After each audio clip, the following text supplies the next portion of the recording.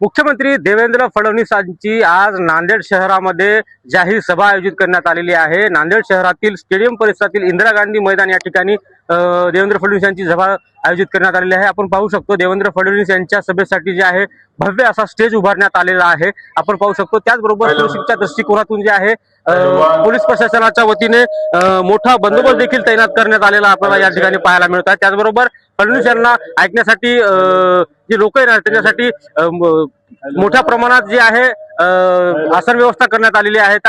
हजारो लोक बसतील अशा प्रमाणे या ठिकाणी खुर्च्यांची देखील व्यवस्था करण्यात आलेली आहे।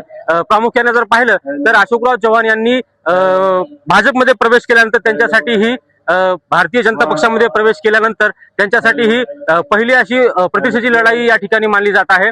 काँग्रेसमध्ये असताना अशोकराव चव्हाण यांनी जवळपास 73 उमेदवार जे आहेत नगरसेवक जे आहेत ते निवडून आणले होते।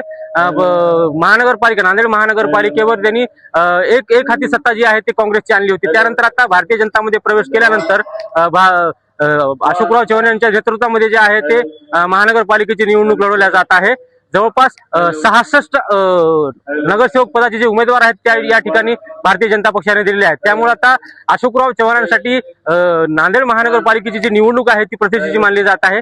याच महानगरपालिकेच्या निवडणुकीच्या प्रचारार्थ जे आहे मुख्यमंत्री देवेंद्र फडणवीस हे नांदेड शहरामध्ये येणार आहेत आणि त्यांची सभा या ठिकाणी आयोजित करण्यात आलेली आहे। त्यामुळे आता देवेंद्र फडणवीस हे आपल्या भाषणाच्या माध्यमातून काय टीका करतील याकडे संपूर्ण नांदेडसह महाराष्ट्राचं लक्ष लागलेलं आहे। Yashpal Bhosale, LS Marathi news, Nanded.